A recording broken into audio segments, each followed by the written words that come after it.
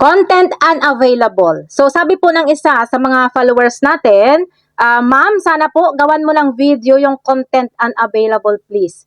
So di ko alam guys kung paano ko to gagawan ng video.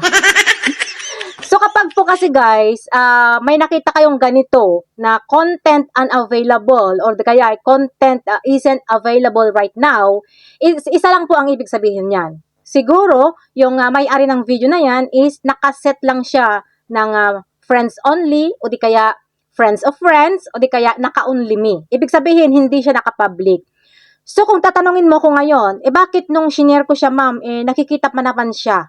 So siguro nga, naka-public pa yung privacy niya nung time na shinare mo. Pero ngayon, binago na niya. Kaya ganyan na yung makikita mo. O di kaya, deleted na yung video na yan o yung content na yan. Ganun po kasi guys, kapag na-delete na yung video, ganyan yung makikita. So for example, ako, may pinost ako na video, for example, video, tapos nilagyan ko siya ng music, pero yung music na yon may copyright issue siya, copyright claim yung music na yon. Kaya dahil nga ayaw ko na may copyright yung account ko, dinilit ko yung video na yon.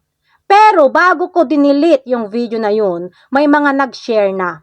So, syempre, dahil nga deleted na yung video ko na yun, ganito na ang makikita doon sa mga nag-share ng video ko na yun.